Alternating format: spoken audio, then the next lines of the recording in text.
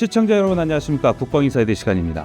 오늘은 저희 스튜디오에 아주 특별한 분을 모셨습니다. 박사님 안녕하십니까? 네, 안녕하세요. 안효종입니다. 저는 미국의 미주리 주립대학교에서 정치학 박사를 하고 지금 현재 연세대학교 미래 캠퍼스에서 정치학 강의를 맡고 있습니다. 만나서 반갑습니다. 안효종 박사님을 모시고 미국의 대선 전망과 함께 한국의 정치, 경제, 안보 동향에 대해 궁금해하실 내용들을 전격 파헤쳐 보겠습니다. 자, 미국 대선이 지금 반년 앞으로 다가왔습니다. 바이든과 트럼프의 경합이 아주 치열한데요. 두 후보자의 정책 성향이 너무나 상반되기 때문에 그 미대선 결과에 따라 한국의 정치 안보 등의 문제도 확연히 달라질 것이라고 걱정하시는 분들이 많습니다. 미국 정책 전문가로서 바이든이 재선될 경우 한국에 대한 미국 정책 기조는 어떠한 방향으로 진행이 될 것이라고 예측하시나요? 이제 큰 변화가 있을 거라고 저는 이제 생각은 들지는 않고요. 2023년 3월인가요? 이제 워싱턴 선언 그리고 이제 그해 8월에 있었던 한미 3국 정상회담 있잖아요.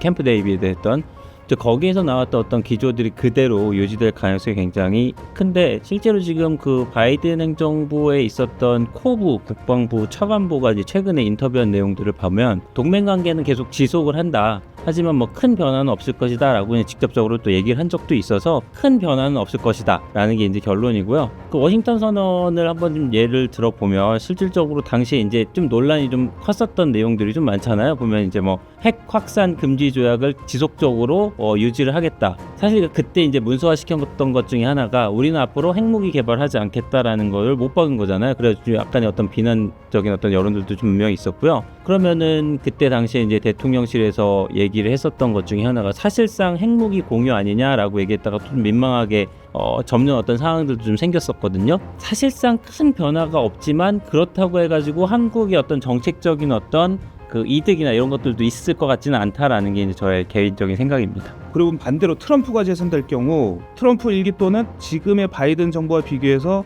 달라질 수 있는 미국 정책으로 인해 한국에 미치는 영향은 어떻게 바뀔까요? 일단 엄청나게 많이 바뀌겠죠. 네. 기본적으로 동맹의 가치보다는 트럼프가 중요시하는 게 있잖아요. 이제 미국 우선주의. 아무래도 경제적인 논리, 비즈니스 논리로 좀 접근을 하다 보니까 상당히 큰 변화들을 좀 예상을 할 수가 있을 텐데 사실 이제 아직까지 트럼프 전 대통령이 당선이 된 것도 아니고 당선이 됐을 때 한반도 관련 정책이 공표가 된 것도 아니기 때문에 섣불리 이제 저희가 판단하기는 조금 일러요. 그래가지고 이제 트럼프 행정부의 일기 때 했던 내용들을 기반으로 저희가 이제 여러 가지 추정을 해보면 연합군사훈련 이런 것들도 저희가 축소를 예상을 할 수가 있고요. 가장 핫했던 이슈 중에 하나였던 주한미군 철수에 대한 얘기들도 분명히 나올 거라고 예상이 되고 한반도 방위비 협상에 대한 부분들 이런 부분들도 아마 이제 재협상의 어떤 여지들을 가지고 있을 거라고 저는 생각이 들고요. 실제로 보면 이제 한미 연합 훈련 축소에 대한 부분은 2018년 싱가포르 회담 때 보면은 이렇게 돈 많이 드는 걸 우리가 왜 해야 되지? 이런 얘기를 한 적이 있어요. 그래서 아마 거기에 대한 생각들은 아직까지는 변함이 없을 거다라는 생각이 좀 들고요. 그 다음에 이제 또 주한미군 철수와 관련된 부분은 사실상 이제 두 가지 입장으로 나눠지는데 하나는 주한미군 철수를 무기로 해가지고 방위비 협상에서 좀 유리한 위치를 점하겠다라고 이제 주장을 하는 쪽과 또 하나는 한국은 사실상 미국의 지원 없이도 아주 잘 사는 부유한 국가 사우디, 일본 이런 나라 마찬가지인데 구태여 미국이 지켜줄 필요가 있을까? 니들 스스로 알아서 방위비나 이런 것들을 증액을 해가지고 스스로 살아남을 수 있을 정도의 어떤 능력들을 갖춰라라는 어떤 입장 이 두 가지로 나누는데요. 대체적으로 보면 전자 쪽으로 많이 기우는 어떤 주장이 훨씬 더 설득력이 있게 들리고는 있습니다. 그리고 이제 마지막으로 하나는 이제 핵무장과 관련된 부분인데요. 자, 핵무장 관련해서는 이제 트럼프는 사실 이제 한국이 핵무기를 가지는 거에 대해서 그렇게 제한하지 않을 거다라는 어떤 뉘앙스를 풍긴 적은 있었어요. 만약에 트럼프가 재집권을 하게 되면은 국가안보보좌관으로 유력시 되는 엘브리치라는 사람이 있는데 그 사람이 했던 얘기도 있어요. 한국의 핵무기를 가져야 된다라고 확실하게 얘기를 하지는 못하지만 한국이 핵무기를 가졌을 경우에 암묵적으로 묵인을 할 가능성은 있다라는 형태의 어떤 답변을 한 적이 있어서 아무래도 이제 핵무기 혹은 핵무장을 할 수 있다 없다라는 어떤 논의들이 오고 갈 가능성이 굉장히 높을 것 같다라는 게 이제 트럼프 집권 시에 저희가 이제 예상할 수 있는 어떤 형태의 변화의 큰 줄기라고 볼 수 있을 것 같습니다. 그럼 박사님, 바이든에서 트럼프로 정권이 바뀔 경우 한반도의 비핵화를 추구하는 대북 제재 방향성이 어떻게 바뀔 것으로 예측이 되십니까? 바이든 정부부터 좀 얘기를 해보면 느낌이 그래요. 그러니까 뭔가 정교하게 설계를 해가지고 대북 제재를 하고 이제 북한을 때린다라는 어떤 느낌들이 좀 있다라고 보면, 트럼프 1기 때 보면은 조금 뭔가 좀 투박했어요. 그래가지고 이제 뭐 무작정 때려도 보다가 안 되면 뭐 칭찬하고 어르고 달래도 보다가 뭔가 좀 어수선한 어떤 형태로 그 접근하는 듯한 느낌이 좀 들었는데, 일단 바이든은 이제 그 군사적 옵션도 포함을 하고 항상 그 대화의 채널들은 좀 연결해 놓는 그런 체제를 유지를 했잖아요. 그리고 이제 뭐 외교적 협상을 통해 가지고 비핵화에 대한 얘기들도 계속해서 요구를 하기도 했는데, 이제 이게 이제 그야말로 이제 다자주의라는 부분인데, 기본적으로 대북 제재를 할 때 이제 저희가 한미일 공조도 했죠. 그 다음에 쿼드 해가지고 일본이랑 호주까지 포함을 시켰죠. 그 다음에 이제 완벽한 적이기도 하지만 대북 제재에 있어서는 중국까지 끌어들여가지고 어떤 협상의 어떤 테이블로 끌어들였죠. 이런 어떤 정교한 어떤 형태의 그 대북 제재 그 모습을 보였다고 하면, 그 트럼프로 바뀌면 제가 보기엔 이제 그 대북 제재라기보다는 약간 어떤 중재적인 입장들을 취하고 있는 게 아닌가라는 생각이 들어요. 그래가지고 이제 그 트럼프 1기 때 그 대북 제재는 약간 냉탕과 온탕을 좀 오가는 듯한 형태의 급격한 변화들이 있었기 때문에 아마 그 재집권을 했을 때도 아마 그런 어떤 방향성을 가지지 않을까 이제 조심스럽게 예측이 되는데, 그래서 이제 제가 이제 제재보다는 중재라는 표현을 썼던 건데, 그 개인적인 생각이에요. 이거는 이제 보면은 트럼프는 이제 한반도 문제에 있어서 약간 주도적인 입장보다는 제3자적인 입장에서 뭔가 중재적인 어떤 역할들을 하는 걸 즐기고 있지 않을까라는 생각이 좀 들거든요. 그 왜 그 싱가포르 회담 때 이후 이제 본인 스스로 이런 어떤 위대한 일을 했기 때문에 우린 나도 노벨상 후보 아니야라는 얘기를 했을 정도로 보면, 그 당사자 입장이 아닌 그 남들 싸움에서 어느 정도 중재만 하려고 하는 듯한 입장. 그리고 이제 만약에 이제 뭐 유사시에는 주한미군 빼면 자기 국민들에 대한 어떤 피해나 이런 것들에 대한 부담감도 없어지는 거니까, 아마 저는 이제 이런 느낌들이 좀 들었는데, 이건 뭐 철저히 개인적인 생각이고요. 그 이러한 맥락에서 보면 사실 그 대통령에서는 한반도 긴장 완화를 위한 중재적인 역할들을 하는 것들을 최우선으로 하되, 이제 뭐 개인적인 어떤 욕심도 좀 있을 것 같아요. 김정은을 만나고 싶다고 해가지고 이제 직접적으로 요청을 하고, 한미 연합훈련 뭐 이런 것들에 대한 부분들을 하나의 어떤 무기로 삼아가지고 연합훈련 안 할 테니까 좀 협상 테이블로 좀 나올까, 비핵화 하려면 이제 이런 어떤 중재안들을 제시하지 않을까. 따라서 이제 대북 제재보다는 아무래도 어떤 중재적인 역할들을 하는데 좀 포커스를 맞출 것 같다라는 게 이제 제 생각이고요. 사실 이제 워낙 예측 불허의 인물이기 때문에 저희가 이 자리에서 이런 것들을 예측하는 게 좀 무슨 의미냐라는 생각이 좀 들기도 합니다. 어쨌든 변하지 않는 큰 줄기 중에 하나는 뭐냐면, 바이든은 주변에 있는 여러 나라를 다 끌어들여가지고 대북 제재를 했을 때 이제 어떤 동맹들 간의 어떤 그 강화, 뭐 동맹 강화를 이제 주축으로 하는 다자주의 입장을 취한다고 하면, 트럼프 같은 경우는 기본적으로 그 다자주의가 아닌 미국의 어떤 주도적 역할들, 이런 것들을 강조하는 형태의 대북 제재를 끌어나갈 가능성이 높다, 이렇게 판단이 됩니다. 지금 드리는 질문은 많은 분들이 관심을 갖는 질문 중에 하나일 것 같은데요. 그 현재 미국에서 중국과의 관세 전쟁을 벌이고 있는데, 바이든과 트럼프의 당선 결과에 따라 앞으로 관세가 어떻게 바뀔지 그 행방은 어떻게 보십니까? 근데 이제 중국과의 이제 이 관세 정쟁에 있어서 이제 우리나라에 어떤 영향을 미치는지 이런 부분들을 좀 봐야 될 것 같은데, 사실 트럼프 1기 때는 본인도 이제 처음으로 대통령을 해본 거였잖아요, 그렇죠? 그러다 보니까 좀 투박했던 어떤 형태의 정책들이 계속해서 지속이 됐던 것 같아요. 이제 대표적으로 보면은 그냥 무조건 관세만 올린 형태의 어떤 그 정책들을 취했다라고 하면, 바이든 정부가 사실 트럼프 행정부랑 그렇게 다르지 않아요. 오히려 조금 요즘에는 트럼프보다 더 독하네라는 얘기가 나올 정도로 좀 관세에 대한 부분에 있어서는 굉장히 좀 집요한 어떤 형태로 중국을 공격을 하고 있는데, 어쨌든 뭐 대화 협상도 하지만 관세에 있는 부분에 있어서는 사실은 굉장히 좀 그 트럼프보다 더 많은 형태의 어떤 관세율들을 부과를 하려고 노력을 하고 있어요. 최근에 발표를 한 걸 보면 대선이 가까우면서 중국산 이제 전기차에 대한 그 관세를 현재 25%에서 이제 100%로 4배를 인상을 하겠다라고 했어요, 바이든 정부에서. 그리고 이제 그 트럼프 행정부 때 올렸던 철강이랑 알루미늄 관세에 대한 부분 있잖아요. 요거는 이게 본인이 임기 중에 협상을 통해 가지고 정상화 시켜놨거든요. 그럼에도 불구하고 이제 뭐 전기차 배터리, 뭐 그 다음에 반도체, 태양전지 이런 부분들에 대한 또 관세는 올릴 거라고 이제 예고를 하고 있는 거죠.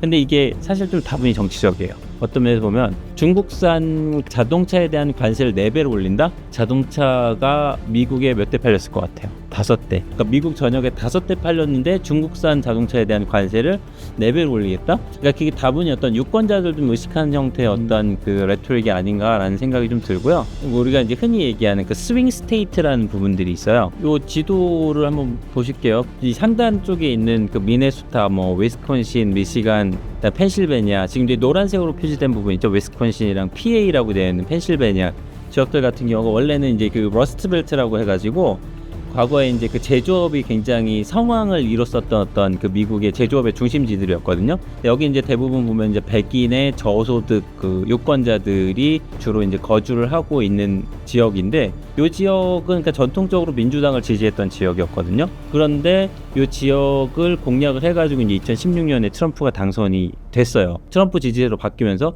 그러다가 2020년에는 사실상 다시 민주당 쪽으로 가기는 했는데, 근데 이번 2024년 선거에서 다시 트럼프로 돌아오고 있다라는 얘기가 있고, 이제 실제로 여기 이제 민주당이 아니라 뭐 경합 지역이거나 혹은 뭐 이미 트럼프가 이기고 있다라는 지역들도 나타나고 있는 걸 보면, 저는 어떤 관세 영향, 중국을 때리고 그다음에 어떤 제조업을 부흥시키려고 하는 어떤 트럼프의 레토릭, 이런 것들이 좀 먹혀들고 있는 게 아닌가라는 생각이 듭니다. 그 많은 전문가들이 이렇게 말하고 있습니다. 그 중국에 대한 미국 관세 전쟁이 장기적으로는 한국에게도 부정적인 역할을 미칠 것이라고 얘기하고 있는데요. 구체적으로 어떤 이유 때문에 이런 말들을 하는 것일까요? 두 가지 입장들이 좀 있어요. 부정적이라고 보는 입장도 있고 이제 긍정적이라고 보는 입장도 있는데, 아무래도 이제 부정적인 입장들이 훨씬 더 설득력이 있는 어떤 주장이 아닌가 싶기는 해요. 그러면 이제 이 관세 전쟁이 만약에 이제 조금 더 현실화될 경우에는 보면은 우리 수출 부분의 타격이 굉장히 큰데, 이를테면은 이제 뭐 중국산 알루미늄 혹은 뭐 중국산 무슨 뭐 원자재 이런 것들에 만약에 관세를 매긴다라고 하면, 이제 저희 나라 같은 경우는 그 중간재 수출이잖아요. 이를테면 뭐 2차 전지 같은 것들을 우리가 중국산 원자재를 수입을 해가지고 전지를 만들어요. 그거를 미국에 수출을 해야 되는데, 그럼 니들 중국산 재료를 썼기 때문에 이것도 관세를 부과를 시켜야 돼라고 하면, 이제 우리나라 같은 경우는 그런 데서 이제 타격을 입는 거죠. 가장 우려되는 부분은 사실 이 중간재 수출을 인한 부분이 이제 가장 우려되는 부분이고요. 근데 또 다른 한편으로는 아까 조금 전에 얘기했던 부분이랑 뭐 겹치는 부분이긴 한데, 긍정적이다. 요건 이제 우리나라 전기차의 가격 경쟁력 이런 것들이 조금 올라갈 수 있지 않을까라는 어떤 부분들을 얘기를 해요. 근데 여전히 이 관세 전쟁에서 있어가지고 사실 승자는 없는 것 같아요. 트럼프 정부 때 관세 전쟁을 통해 과연 미국이 이득을 얻었느냐? 아니다. 220억 달러 정도 손해를 봤다라는 어떤 기사를 본 적이 있어요. 그러니까 결국은 중국이 관세 전쟁에서 속으로는 웃고 있었다라는 얘기를 하는 어떤 기사를 본 적이 있어가지고, 과연 이러한 것들이 진짜 실리적인 어떤 이득을 위해서 관세 전쟁을 하고 있는 것인가, 아니면은 그야말로 대선에 임박해가지고 그 유권자들의 어떤 그 지지세를 끌어모으기 위한 일종의 어떤 전략적인 선택인가라는 부분들을 한번 생각을 해봐야 될 것 같습니다. 현재 기준 바이든과 트럼프 중에서 어떤 후보가 당선에 조금 더 유력하다고 보시나요? 대부분의 공부하는 사람들은 이 질문에 명확한 대답을 안 내릴 거예요. 왜냐면 선거가 그때가 이제 2016년 11월 8일이었거든요. 11월 8일 날 아침에 이제 뉴욕타임즈 당선 확률표가 나왔어요. 힐러리 클린턴 당선 확률 85%, 높았죠. 그다음에 트럼프 당선 확률 15%. 그런 식으로 거의 대부분 이제 실패를 한 경우들이 많았는데, 질문에 대한 답을 하면 오늘 만약에 대선이 이루어진다라고 하면 아마 트럼프가 당선이 될 가능성이 굉장히 높아 보입니다. 근데 이제 그거는 모르죠. 사실 좀 지나봐야 아는 거고, 역사상 그러니까 20세기에서 가장 실패한 예측이라고 그때 알려져 있어요. 거의 트럼프가 압도적으로 이겼거든요. 여론조사 같은 경우는 클린턴이 이기는 걸로 이렇게 나왔기 때문에, 요번에도 트럼프가 많이 이겨봐야 1%, 2%? 근데 미국의 대선은 조금 특이하잖아요. 그렇죠? 그러니까 그 전국적으로 여론조사를 했을 때 트럼프가 한 1% 정도 더 많이 나오기는 하는데, 그거는 이제 그 주별로 합산이 되는 어떤 특이한 선거제도를 가지고 있기 때문에 주의 어떤 트렌드들을 봐야 되는데, 트럼프가 얼마 전에 5월 30일 날 뉴스 보셨어요? 34개 혐의에 대해서 유죄 판결난 거를 보면 그때 이제 소폭으로 조금 하락이 됐어요. 당시에 성범죄 없애려고 그 뭐 돈 주고 그다음에 이제 회사 서류 조작하고 뭐 이런 것들 때문에 모두 다 유죄 판결이 났는데, 그때 이제 소폭으로 하락이 됐는데, 반면에 트럼프에 대한 모금은 또 엄청나게 높아지는, 지지자들이 결집이 되고 그 다음에 중간에 있던 사람들은 조금 떨어져 나가고, 그럼에도 불구하고 트럼프가 약간은 이기는 걸로 좀 나오고 있다라고 보시면 될 것 같습니다. 여러 가지 좀 이슈들이 조금 있기는 있는데, 이제 가장 큰 이슈가 이제 그 하나였고요. 그 다음에 이제 또 하나는 뭐 낙태와 관련된 이슈들도 좀 있고요. 뭐 이민자와 관련된 이슈들도 있고, 근데 여론의 방향은 기본적으로 트럼프의 조금 더 우세한 방향으로 가는데, 애리조나 같은 주들은 이민자들이 많이 살거든요. 그러면은 기본적으로 반이민 정책을 펴고 있는 트럼프의 굉장히 비우호적이어야 되는데도 불구하고 굉장히 우호적이에요. 근데 이 사람들의 기본적인 특성이 뭐냐면, 이미 우리는 이민을 한 사람들이고 새로 들어온 사람들을 막아주겠다는데 왜 우리가 구태여 반대할 이유가 없다 해가지고 트럼프 쪽으로 굉장히 우호적인 어떤 생각들을 가지고 있습니다. 그러니까 트럼프가 막말하고 그 다음에 뭐 백인 우월주의고, 그렇지만 사람들이 왜 좋아할까 생각을 해봐야 돼요. 사실 뭐 돈이 많아서 뭐 이런 것들도 분명히 있긴 있지만, 기본적으로 우리가 하고 싶은 말을 해줘요. 이를테면은 정치인들이 흔히 하는 어떤 중간에 있는 어떤 수사법이 아니라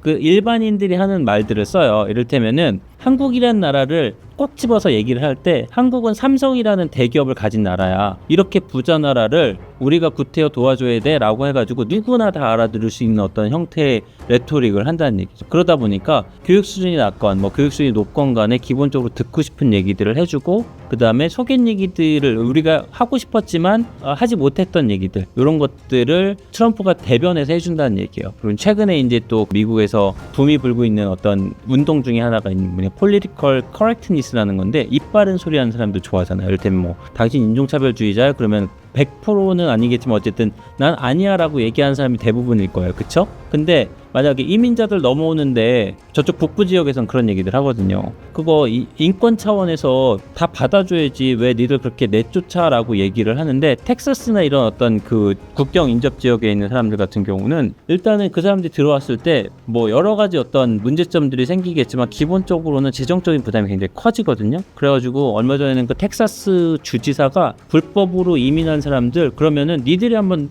데리고 가봐 해가지고 버스에 태워가지고 비행기에 태워가지고 시카고로 보낸 일 좀 있었습니다. 근데 그런 얘기를 누가 해주느냐? 트럼프가 얘기를 해줘요. 그러니까 사람들이 굉장히 공감하기가 쉬운 거죠. 그러다 보니까 아무래도 뭔가 예측 불허고, 그 다음에 조금 그러니까 비호감적인 어떤 언행이나 행동들을 함에도 불구하고 인기는 굉장히 높다라는 부분들이 아마 트럼프를 대통령으로 가게끔 만드는 어떤 하나의 어떤 뭐 모티브가 아닐까, 뭐 이런 어떤 생각들이 들더라고요.